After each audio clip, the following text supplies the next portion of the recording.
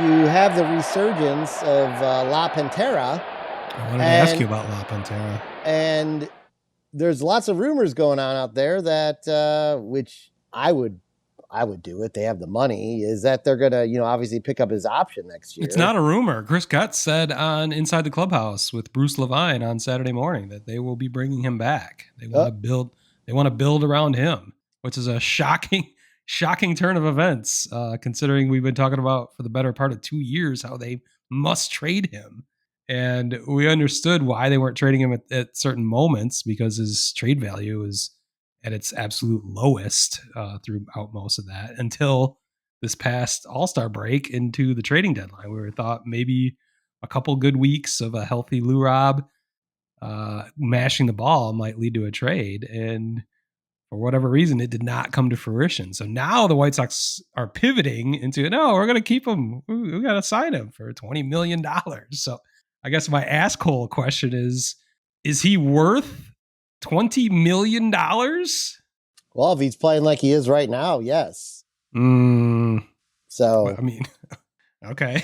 I mean, that's valid for a 2-week sample, 3-week sample, 24 game sample. Yeah. 24 game sample right now. But that's the opposite of what we've been saying for 2 years. So I guess I find that interesting. Well, what's it matter? It's $20 million on a team that has a shit ton of money to spend. So, and they are spending on $0 on everybody else on the roster. So exactly. That's actually the better argument. Is like, well, they've got to have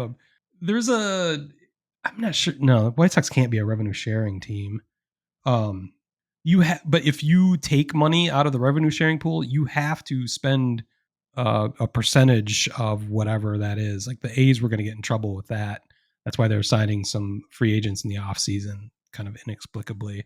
But they had to raise their payroll, so it's like, I think adding 20 million to your, or 20 million to your $50 million payroll is nothing in the grand scheme of things. But I would still argue he's not worth it. But the Sox are in a position where they can certainly absorb that and just kind of ride it out. But I feel like they've just continually kicked this can down the road. And now it's going to cost them $20 million. So not our money. It's about time, Jerry spent something on somebody, but it's just kind of hilarious how this is actually played out. Yeah. Well, I think, no one's going to pick him up. No one's going to trade what his ceiling should be. No one's going to trade for the guy from 2 years ago. Yeah. And it sounded like Chris Getz was asking for the world deadline, which he should, unless, because they have this backup plan to just pay $20 million to get out of it, or to keep him and not have to trade him. So I guess I understand that side of it. But I mean, the funny thing is, if there's a lot of teams right now with the way he's been playing that could have really used him and been a positive impact on them in center field. You just can't trust him for a rental. Well, he didn't have to be a rental though. He didn't have to be a rental though, because again, I don't think anyone is in a position besides the White Sox to pay him $20 million. It's just bad money. Yeah, I guess, but we'll see. I mean, if he finishes out the season with a big fucking if, a giant if. The entire screen should say if right now. Maybe you can do that in post for I'm not YouTube. That good. Okay, well, never mind then. Fuck you. I'm bad at video editing. Yeah, I'm just not. It never clicked for me. But just imagine what this podcast and video podcast would be if I was actually good at video editing. Yeah, jeez, jerk. Or if I had a partner that could do any of that. I could actually do the video editing. Oh my God, we've been doing this podcast for fucking 5 years. I had no idea video editing. I do know video editing. I do know. I did know that because I've seen your work on Pete's Food Frenzy. Yes, I remember that. Anyway, yeah, I mean, it's kind of like it's almost like the no choice move, right, Smitty? Like, let's think about this. I think they got backed into a corner is what it is. And now you have to spin it. And right now it's easy to spin because he's playing well, right? Yeah. And if you're going out there to the market with this idea that, oh, we don't want to trade him and he has this value to us, in Chris Getz's mind, he's probably like he's making him more of a, he's becoming more of a, of what someone might want or desire. But they only want and desire him if the only way he's going to have any value going into the offseason, if that even comes up, because I could see them signing him, and then if he has some amazing run through the end of the season, you got to pick up the option at $20 million, and then you trade him, because then he'd be worth $20 million if the numbers project out. You know what I mean? But like that's the only way. But I mean, when he caught that ball, I will tell you this: when he got that ball with the 1 run scored the other day and ran into the wall, I was like, fuck. I was like, fuck. But there it goes. I mean, but seriously, like overall, he's actually been pretty healthy compared to past years, and so is the team as a whole. Which he just didn't put up any numbers for 3 months. So. Yeah, which is so bizarre as to what was going on from like a training standpoint under the last 2 regimes, under the La Russa and Grafal. Like, what were they doing? Yeah. But anyway, yeah, I mean, I agree with you. It's a spin machine.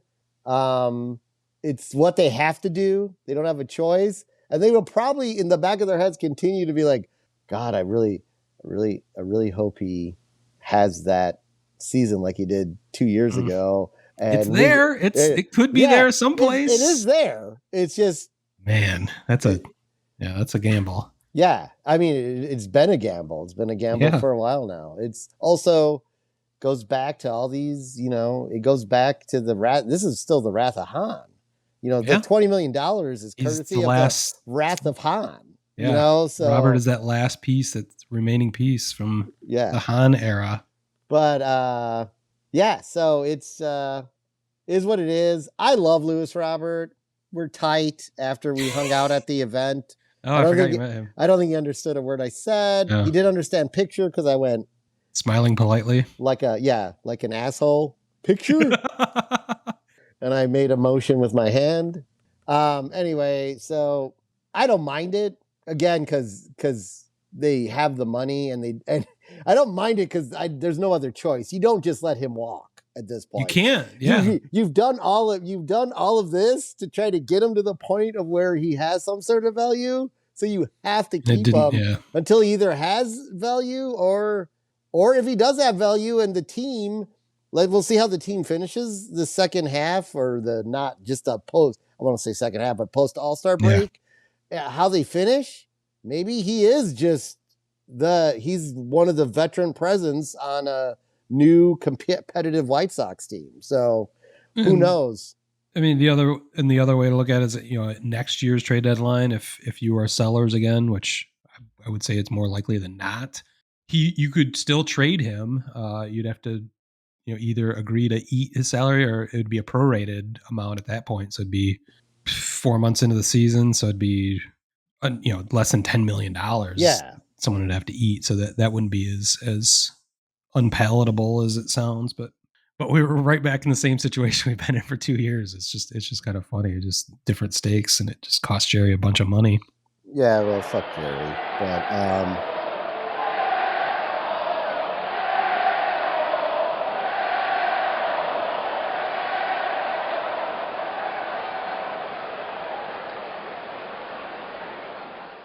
Word Hole Media.